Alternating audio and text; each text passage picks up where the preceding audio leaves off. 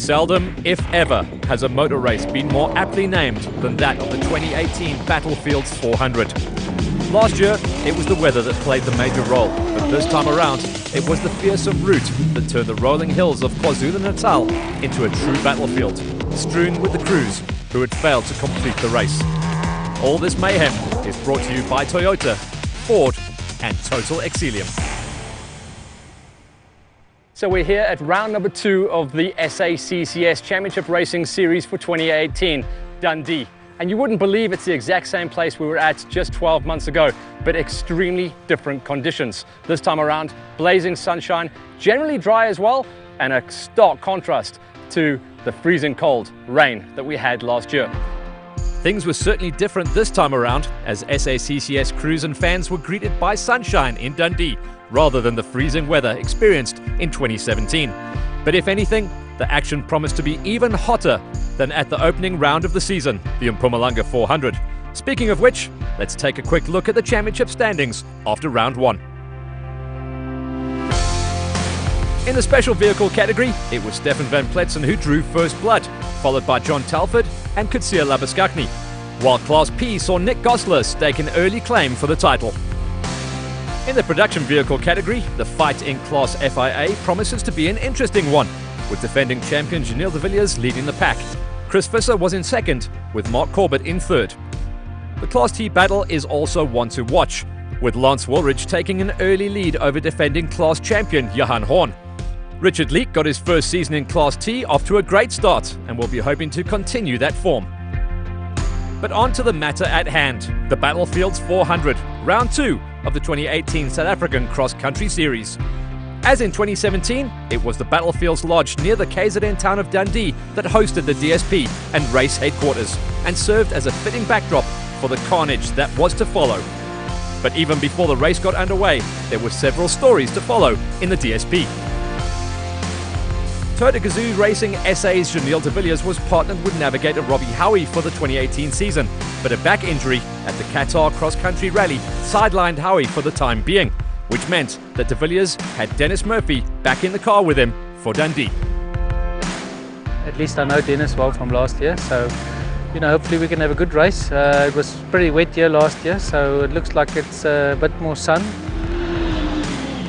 This meant then that de Villiers' teammate Henk Ladergan found himself in the market for a new co-driver, and who better to partner with the young star than the man that sat next to him for the bulk of his racing career to date, Barry White. No, yes, really enjoying it. It's a very good car. We did some testing on Monday and yesterday. We're very happy with the car. Henk's very comfortable, so we look forward to this event. So both Toyota Gazoo Racing SA drivers found themselves sitting next to familiar navigators despite the changes. Just as well, considering the plethora of new entries in Class FIA, bringing a bunch of drivers into the hunt for victory. One of them is 4x4 Megaworld's Jason Fenter, a former Class T champion and certainly no slouch behind the wheel. But this season didn't quite start the way he had hoped, and the Battlefields 400 brought a fresh opportunity. First race didn't go as planned, but it looks like it's going to be dry, so it's more to the liking of us, so we're looking forward.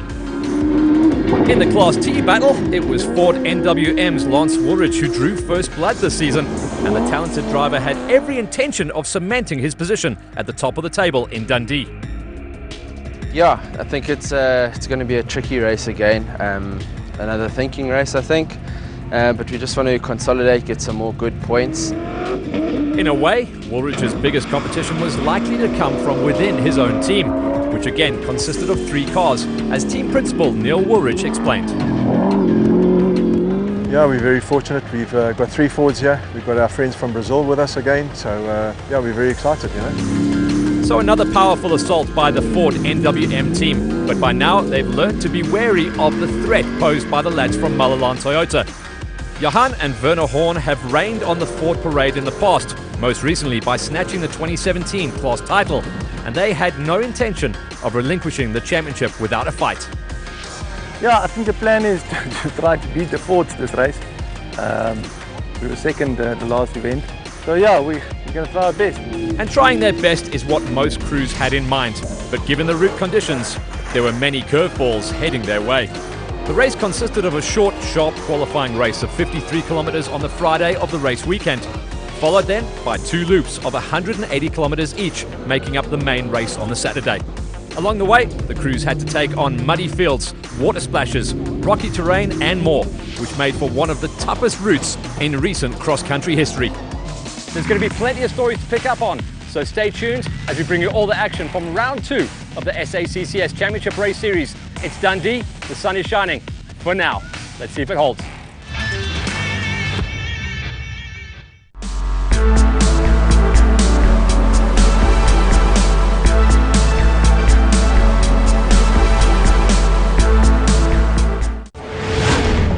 In this episode, we fire up a new series of Driver's Seat. The business behind Formula One, a new technical era in Grand Prix racing, and remembering Ayrton Senna.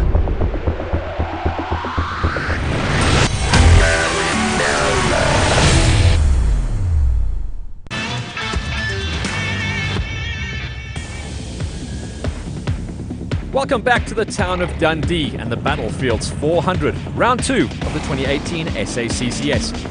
First order of business was to see who would start where on Saturday's main race.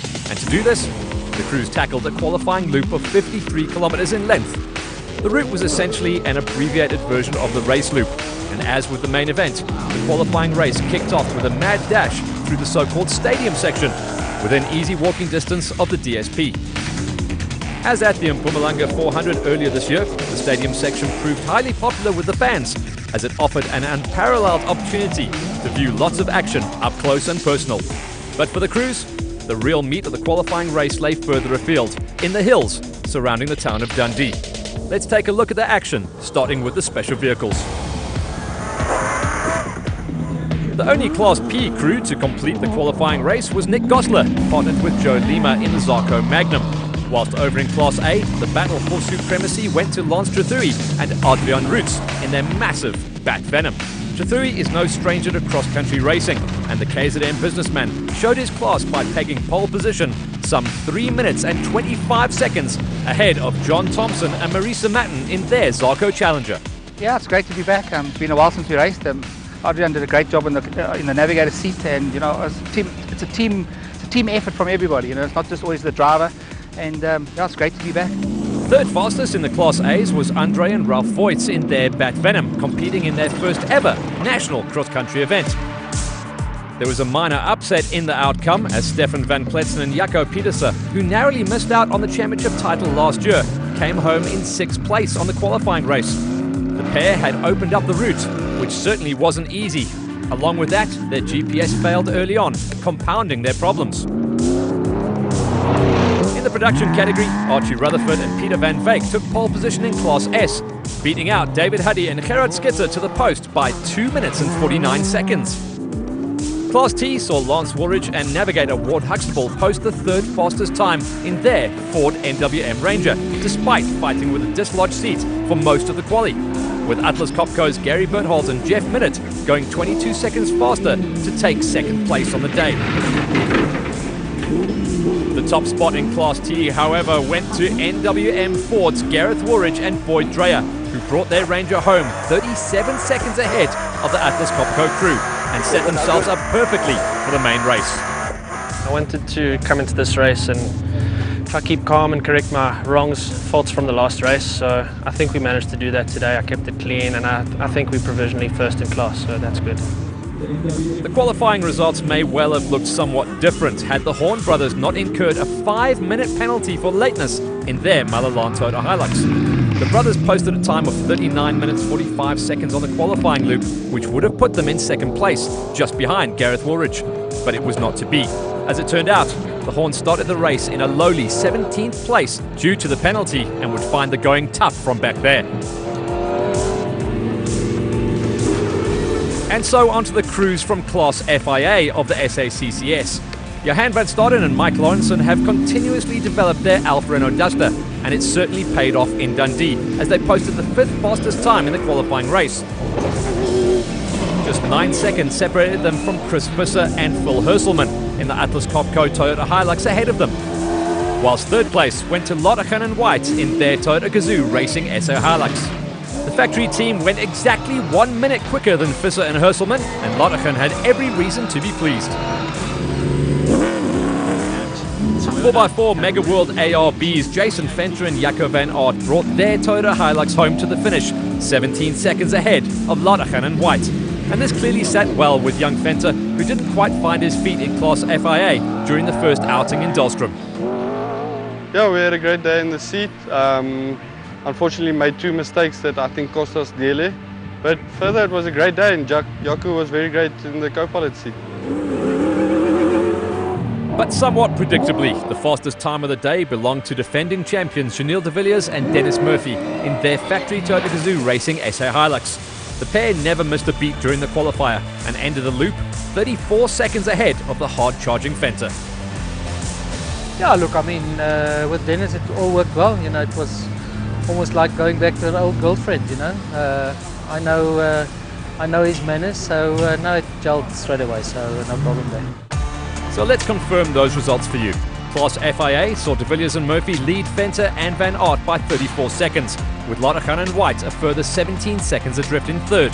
In Class T, it was Gareth Woolridge who went fastest, with Berthold and Minute in second and Lance Woolridge in third. Class S went to Rutherford over Huddy. In Class A of the Specials, it was Trethewey and Rutz who took top honours, with Thompson and Zamatten in second, and the Voits within sniffing distance just behind in third. Nick Gosler and Joe Lima were the sole qualifiers in Class P. That's how things stacked up after the qualifying race at the 2018 Battlefields 400. Stay tuned as we bring you the highlights, and in some cases the lowlights, from the epic battle that unfolded as the crews tackled the main race in Dundee. Don't go away.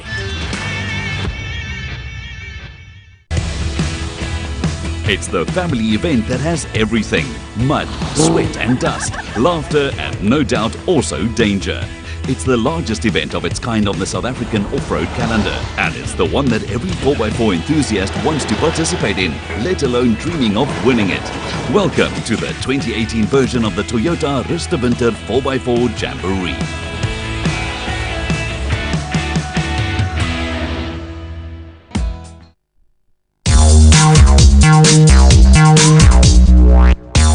Catch the second season of Small Biz MBA with your host Yasmin Ali, as she speaks to guest experts breaking down the fundamentals of business, and they give you a step-by-step guide on how to navigate your way into the world of business. There's so much information out there. How people connect with us is really important. The more rare the color, the more investable a diamond is.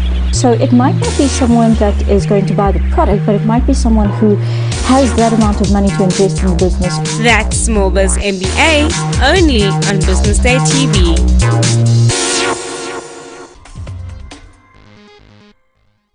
Who needs the motorway? At a truck trial, it's mudslinging ability that caddy rock and roll. Barney Murphy, Bavarian Bard, test drives the Cadillac SRX for us.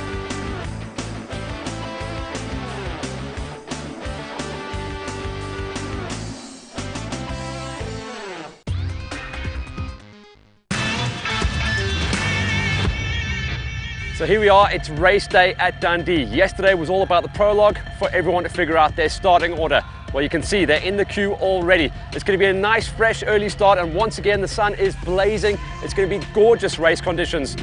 But despite the sunshine, the route still featured a lot of water and mud, as well as rough, rocky sections that would make the going tough all round. Let's get into the action on Loop 1 of the 2 loops that made up the main race. As with the qualifying race, the main race started with a mad dash through the crowd-pleasing stadium section. But as ever, the stadium section counted for very little in the grand scheme of things, as the real challenges of the battlefields lay further afield. With that said, it is important to bear in mind that the time set during qualifying counts as part of the overall race. So even though the qualifying loop was only 53 kilometers in length, including the stadium section, every kilometer mattered. Opening the road is never a walk in the park. But at the Battlefield's 400, Toyota Gazoo Racing SA's Chanel de Villiers and Dennis Murphy made it look fairly easy. The pair launched their Dakar Spec Class FIA Toyota Hilux into the 180-kilometre long opening loop with the bit firmly between their teeth. The Dakar veteran showed his class by staying ahead of the competition throughout the loop, despite having to find a route in some places. Midway through the race, the Toyota driver was very much in control of the Battlefield's 400. Yeah, it's one of those things, you know, you just got to look for the road and you just got to make sure you're clean. You know, the second lap will be a lot easier, but you know, that's the way it goes. Especially if you're in the long grass like this and you have to look for the way, it's not easy. Behind de Villiers and Murphy came the hard-charging Class FIA Spec Atlas Copco Toyota Hilux of Chris Visser and Phil Hurselman. Were it not for the fact that Visser and Hurselman had qualified 2 minutes behind the factory Toyota crew, they could well have taken the lead of the race during Loop 1. As it panned out, the former champion completed Loop 1 some 44 seconds faster than de Villiers and Murphy. But remember that the time set in qualifying meant that Visser and Hurselman was still 1 minute and 7 seconds behind midway through the main race. Yeah, I must say, this morning we were going like the whole lap. We did about the 50 k's. We were stuck in the dust at the end of the lap, but then luckily we passed two of the guys, so yeah, we've got an open road now. The third fastest man after qualifying and the opening loop was Ford NWM's Gareth Woolridge, partnered with Boyd Dreyer. As the fastest Class T qualifier, his performance should have come as no surprise. Even so, the younger Woolridge had a lot of respect, both for the terrain and de Villiers, opening the road up front. About half the lap we were sitting in second place, and I said to Boyd a few times, it's difficult even for us to see where to go, so Janelle must have been losing time hand over fist. Woolridge was not only third overall midway through the main event, but also the leading Class T car in the race. Behind him came the Class FIA Alf Renault Duster of Johan van Staden and Mike Lawrenson, who had moved up from 7th in qualifying to 4th place in the production category. They found themselves a minute clear of the Atlas Copco Class T Toyota Hilux of Gary Berthold and Jeff Minott, who were holding steady in 5th place for the moment. But those were only the front runners. Further back, some of the top performers from qualifying were having a torrid time. 4x4 Mega World ARB's Jason Fettler, for instance, hit a rock 150 kilometers into Loop 1 and was forced to retire his Toyota Hilux. And that after qualifying in 2nd place, a major blow to the youngsters' campaign in Class FIA. Toyota Gazoo Racing SA's Henk Latergan also found it an uphill fight, suffering 2 punches in Loop 1 and losing 7 minutes and 30 seconds to de Villiers as a result. But few crews would be as disappointed as the Horn brothers in their Malalan Toyota Hilux. The pair had qualified well, but then suffered a penalty for lateness, pulled away as the 22nd vehicle off the line and promptly broke one of their rear wheels off their car on Loop 1. The repairs were done with the championship points in mind. In Class S, Archie Rutherford and Peter van Veek reported a clean run in their Atlas Copco Toyota Hilux, whilst their nearest competitors, David Huddy and Gerard Skitter, failed to start the race after discovering that a head gasket had blown on their Nissan Navara during the qualifying run. No, it's a tough race. It's one of the toughest I've done, and for our S-Class vehicles, it's tough. We haven't got the suspension, we haven't got the horsepower. But look, so far so good. We got halfway now, we've got halfway to go, so let's hang in there and see if we can get on the podium. Over in the special vehicles, it was Lance Trethewey who had every reason to smile after Loop 1. Big Lance brought the Bat Venom through the opening loop without hassles and found himself the best part of 5 minutes ahead of his nearest competitors, with only 1 loop remaining. Trethewey's biggest challenge, however, came from an unexpected source. Andre and Ralph Voigt, competing in their first ever national event, were showing their class early on. And even though their times weren't close to those posted by Trethewey, the Voigts were quickly becoming a force to be reckoned with.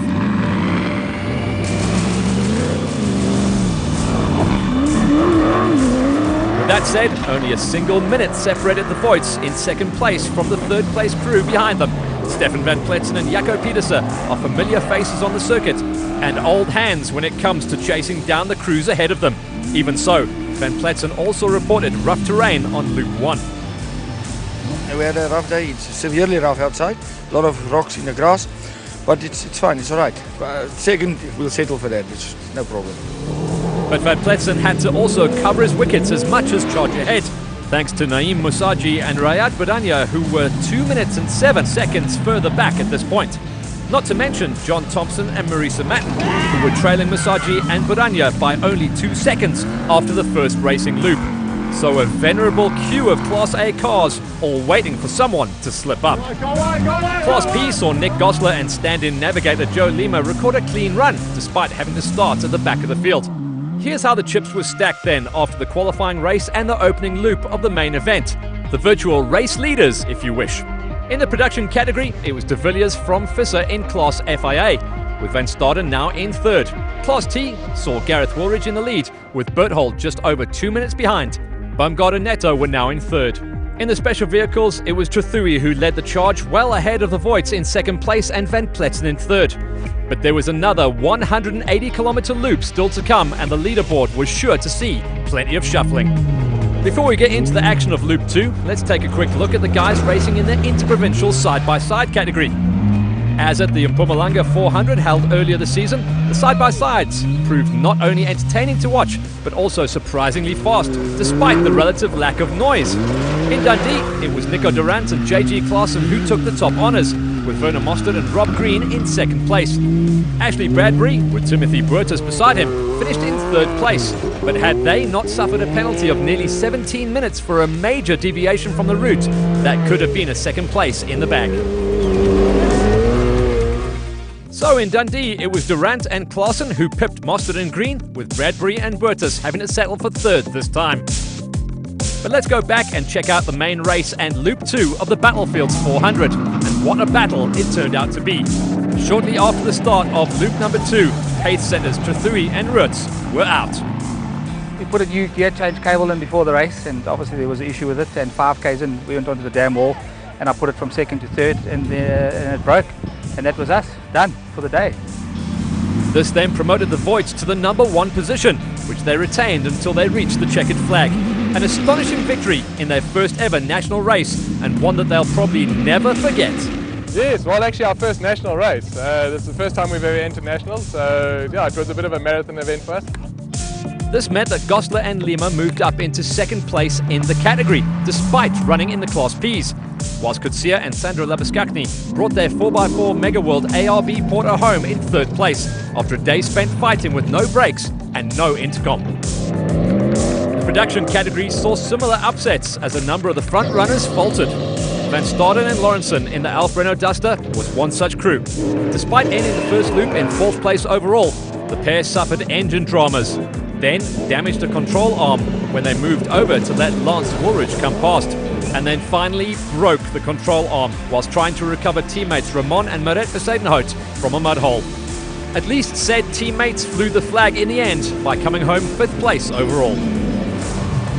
Chris Visser and Phil Herselman's Atlas Copco Toyota Hilux meanwhile shed a rear wheel, forcing the man on a mission to halt his charge. Bitterly disappointing after such a strong showing on Loop 1. Meanwhile, crews like Gareth Woolridge and Boyd Dreyer in their NWM Ford, as well as the Horn brothers in the Malalan Toyota Hilux, never gave up and nursed their way to the finish. The high attrition rate pushed the cream once again to the top. Third place in the end went to Berthold and Minute in their Atlas Copco Toyota Hilux. It wasn't plain sailing though for the experienced crew, as they lost time changing a puncher, ended up helping Trethewey off the road, and also felt the pressure of the highly technical route. Just 1 minute and 6 seconds ahead of the Atlas Copco crew was the Ford NWM pairing of Lance Woolridge and Ward Huxtable. Their only hiccup on the day was a puncher that took too long to change due to seized wheel nuts. But in the end, they moved up from 8th place after the first loop onto the second step of the podium by the time the dust had settled. This then just left the top spot on the podium. And in the end, Janelle de Villiers and Dennis Murphy showed why they are the defending champions. The Toyota Gazoo Racing SA pairing suffered only one puncher during the entire weekend, and despite having to open the road on the first loop, never really set a foot wrong. In the end, their winning margin was just shy of 12 minutes, and de Villiers had every reason to be happy. So yeah, all in all, a good run for us, and happy with the performance of the car. So hopefully we can do the same in the next one. And in Class S, it was Archie Rutherford and Peter Van Wyk who brought home an extremely battered and bruised Atlas Copco Toyota Hilux. But despite the battle scars, Rutherford was happy to have bagged the points for the win. It's a great start for the season. I mean, we didn't expect to finish today after the first loop today. It was very rough, unexpectedly rough, but we got to the end. We got to the finish. The end, as you saw, half the car was missing, but we managed, so we're very chuffed. And here are the final results. Only the 2 Toyota Gazoo Racing SA cars finished in Class FIA, though De Villiers took the overall honours by a comfortable margin. In Class T, it was victory for Woolridge and Huxtable, with Bert Holden Minute just over a minute behind. Third went to Boomgaard and Netto, whilst Rutherford and Van Wyk were the only Class S car home. In the special category, it was the Voigt twins who took a maiden win over Goslar and Lima, with Coetzee and Sandra Labuschagne taking third place. Only 12 cars made it to the finish, showing just how tough this race really was. For the victors at the Battlefields 400, the champagne they sprayed as the sun set over the hills near Dundee would have tasted sweeter than most. And in the end, the few that conquered and the many that failed had to agree one thing: this was one hell of a race. This car here pretty much sums up how tough conditions were out here at Dundee for round number 2 of the SACCS Championship Series for 2018. This car in particular did a good enough job though to bring home Archie Rutherford for the win in the Class S. So from a wet round number 1 at Dahlstrom to a very dry, dusty but extremely rough and challenging round number 2 at Dundee, we head to the pinnacle of the sport. Next up for the SACCS is the big one, the Toyota Kalahari Botswana 1000 Desert Race, or simply the Desert. This double point scoring monster of a race will be decided over a distance of 1,000 kilometers during the weekend of the 22nd to the 24th of June. We'll be there and hope you'll join us for what promises to be an epic event. All the action from the Battlefields 400 was brought to you by Toyota, Ford and Total Exilium.